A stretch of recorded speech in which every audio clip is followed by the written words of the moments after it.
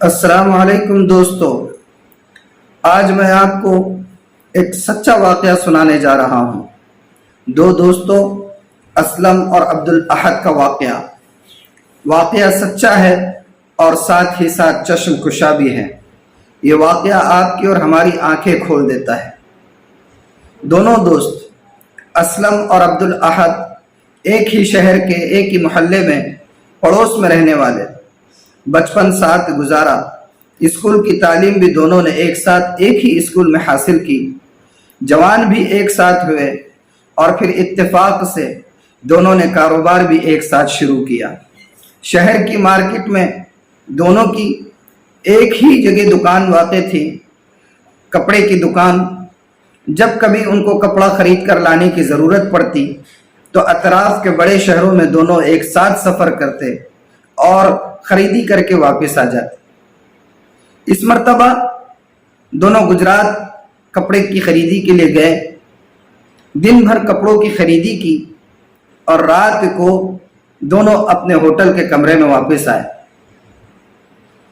تھکے ہارے تھے، خریدی کیا ہوا سامان سب برابر کیا اور اس کے بعد سو گئے۔ صبح جب فجر کی اذان ہوئی تو اسلم کی تو آنکھ کھل گئی۔ اذان کی آواز سن کر وہ جاگ گیا اور نماز کو جانے کی تیاری کرنے لگا، اور ساتھ ہی ساتھ عبدالاحد کو آواز دینے لگا کہ عبدالاحد اٹھ جاؤ، اذان ہو چکی ہے، جماعت کا وقت قریب ہو رہا ہے۔ لیکن عبدالاحد ہے کہ خواب خرگوش میں مست ہے اور گہری نیند میں سویا ہوا ہے۔ اسلم تیاری بھی کر رہا ہے اور ساتھ ہی ساتھ عبدالاحد کو آواز بھی دیے جا رہا ہے کہ عبدالاحد اٹھو، جماعت کا وقت قریب ہو چکا ہے اور نماز کے لیے نکلنا ہے۔ لیکن عبدالاحد بالکل مست پڑا ہوا ہے۔ اسلم نے یہ سوچا کہ کل سفر بھی ہوا ہے، اس کے بعد دن بھر خریدی ہوئی ہے، ہو سکتا ہے عبدالاحد کو رات میں نیند دیر سے لگی ہو، اس لیے وہ گہری نیند سویا ہوا ہے اور ابھی فوراً اٹھ نہیں رہا۔ اس لیے اس نے یہ سوچ کر کہ تھوڑی دیر میں شاید بیدار ہو جائے گا، وہ اپنی نماز کے لیے رخصت ہو گیا۔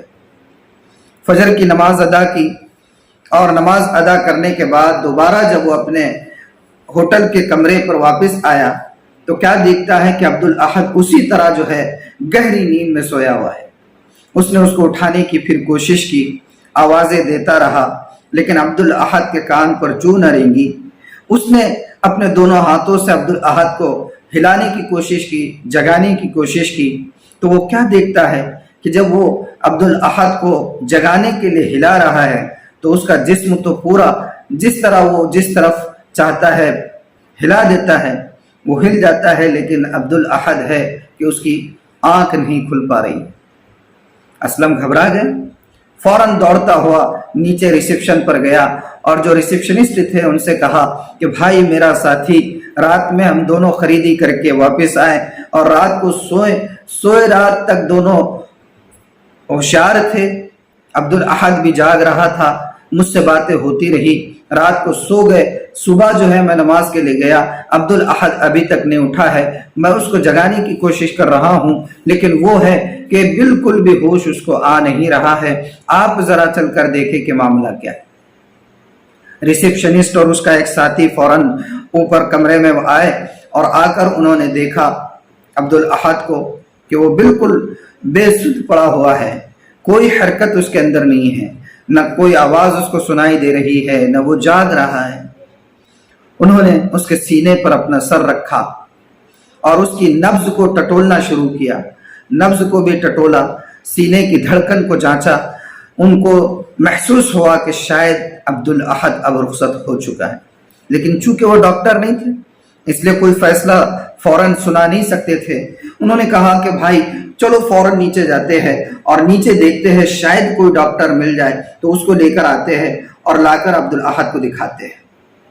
بہرحال وہ جب نیچے گئے تو اتفاق کی بات یہ ہے کہ اسی مسجد سے جس میں اسلم نے نماز ادا کی تھی، ایک ڈاکٹر صاحب نماز ادا کر کے باہر نکلے ہوئے تھے اور اپنے معمول کے مطابق نماز کے بعد چہل قدمی کر رہے۔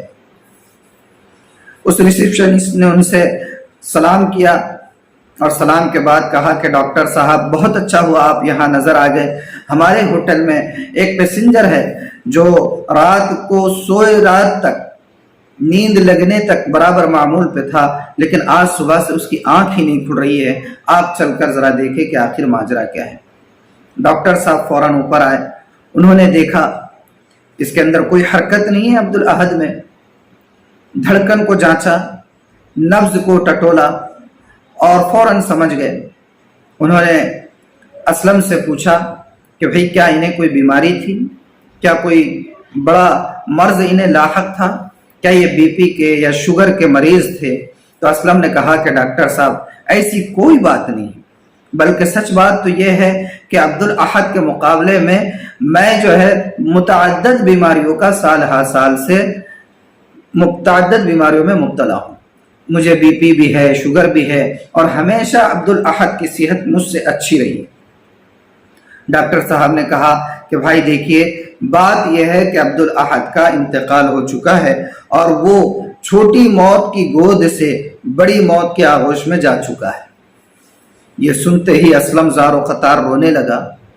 بہت دیر تک روتا رہا اور اس کے بعد کہا کہ اللہ تیرا شکر ہے کہ تو نے مجھے نیند سے جو ہے بیدار کر دیا. میرا ساتھی نیند ہی کی حالت میں رخصت ہو گیا.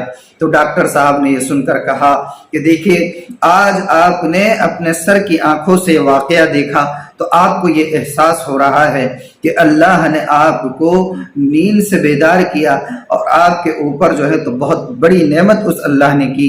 لیکن سچی بات یہ ہے کہ ہر مرتبہ جب آدمی نیند سے بیدار ہوتا ہے تو اس کا یہ بیدار ہونا اس کے لیے اس دن اس کے رب کی طرف سے سب سے بڑی نعمت ہوتی ہے، لیکن انسان کو اس کا ادراک نہیں ہوتا ہے. یہی تو وجہ ہے کہ ہمارے پیغمبر نے جو دعا نیند سے بیدار ہونے کی سکھائی ہے اس میں یہی کہا ہے کہ تمام تعریفیں اس اللہ کے لیے ہے، اس رب کے لیے ہے جس نے ہمیں موت کے بعد دوبارہ زندہ کیا اور پھر ہمیں اسی کی طرف جو ہے تو لوٹ کر جانا ہے. یہی تو دعا سکھائی. الحمدللہ الذی احیانا بعدما اماتنا والیہ النشور. اس کا مطلب یہی ہے کہ اس رب کا شکر ہے، اس رب کے لیے تعریفیں ہیں جس نے ہمیں ہماری موت کے بعد دوبارہ زندہ کیا اور ہمیں اسی کی طرف لوٹ کر جانا ہے. تو ایسی ان گنت نعمتیں ہمارے پروردگار کی ہے جس کا ہمیں ادراک نہیں ہوتا ہے. اگر ہم دوستو اللہ کے رسول صلی اللہ علیہ وآلہ وسلم کی مبارک دعاؤں کو اپنے زندگی کے ہر قدم میں معمول بنا لیں تو ان معمولات کی وجہ سے یقینی طور پر ہم بہت ساری آنے والی مصیبتوں سے، بلاؤں سے اور آفتوں سے محفوظ ہو جاتے ہیں. اللہ تعالی عمل کی توفیق عطا فرمائے. والسلام علیکم ورحمۃ اللہ وبرکاتہ.